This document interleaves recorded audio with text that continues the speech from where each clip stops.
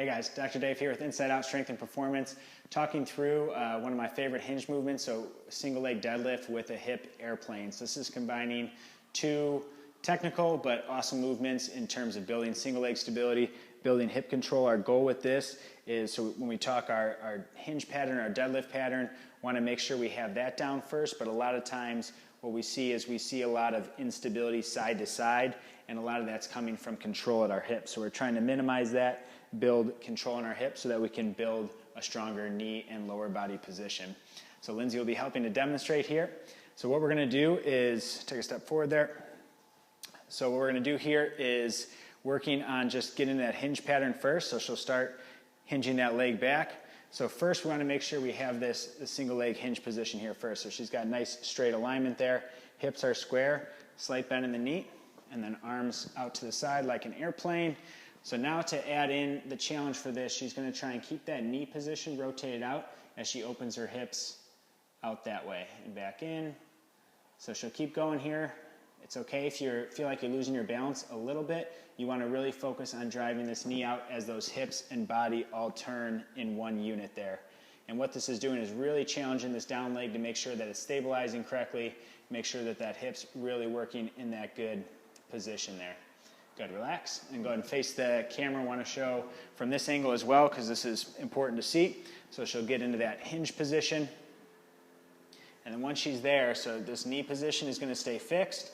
And then as she opens her hips, the tendency is for that knee to want to rotate in. So we'll see that knee and hip tending to want to rotate in over that big toe as she opens those hips up. And she's doing a great job fighting that, keeping that actively pushed out as she rotates.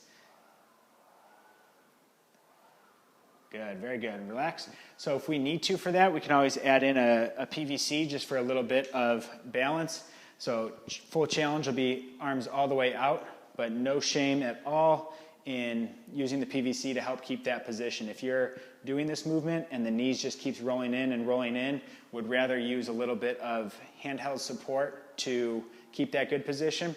And then as she gets more comfortable, she can open those hips further. So that would be a more advanced position as she goes there to start. So I know the hip's burning. Show just a couple more of, so our starting position, even with just a small movement. So go ahead and hinge back.